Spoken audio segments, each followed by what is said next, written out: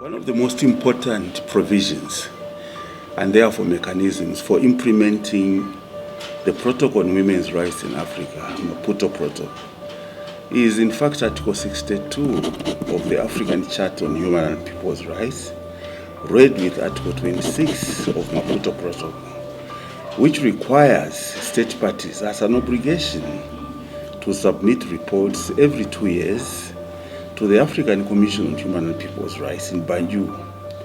These are reports which explain the measures taken, legislative and other measures, by the state party in a bid to try and implement the obligations the state has voluntarily assumed by ratifying Maputo Protocol and the African Charter.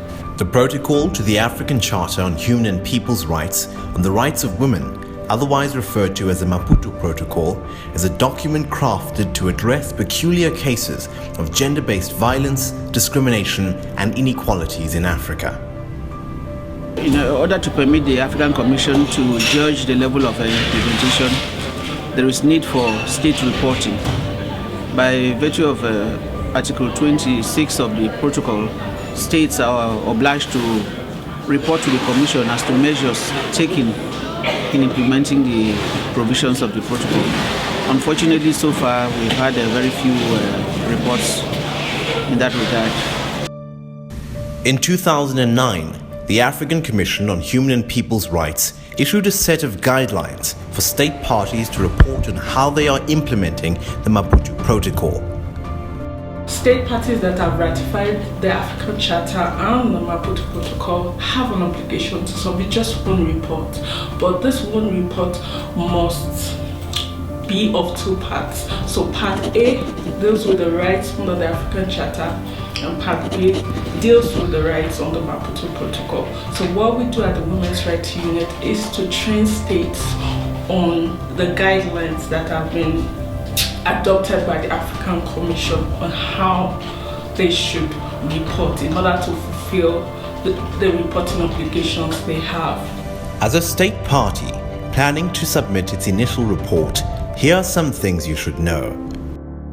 First, your report should not exceed 50 pages.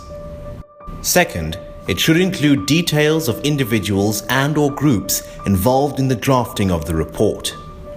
Third, the report should briefly include background information covering the following: all legal frameworks in your country that relate to women's rights, whether or not the Maputo Protocol has broad national application, and whether it has been invoked in cases before national courts or tribunals, details relating to reservations made regarding the protocol, and institutions, if any, that are relevant to the Maputo Protocol, as well as information of their budgetary allocation.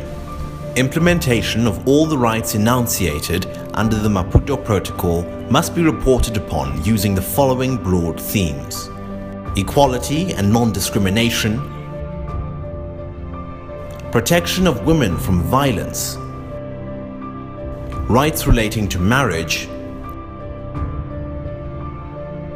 health and reproductive rights, economic, social and cultural rights, rights to peace, protection of women in armed conflicts, and rights of specifically protected women's groups. So in an effort to further enhance the capacity of state parties to report under the Maputo Protocol, the Center for Human Rights has also started providing technical assistance where needed to state parties by providing them with a technical expert who works with them for a period of about 10 months to try to develop their state reports. And in addition to this, we have also developed a virtual platform which is pretty much a go-to for all things that you need to know about state reporting under the Maputo Protocol. You can go to www.maputoprotocol.up.ac.za.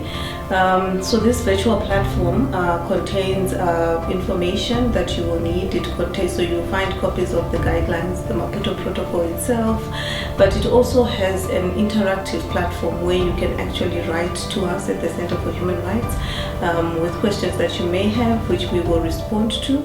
And also you can participate in a forum where other state parties are discussing issues around the Maputo Protocol itself. When a state party is submitting subsequent reports, it is expected to reflect the following: progress made in implementing the protocol since the last report, efforts taken to publicize and disseminate the concluding observations adopted after the previous report, measures taken to implement recommendations by the African Commission arising from the previous report, challenges faced in implementation of the protocol, and future plans for the implementation of the protocol.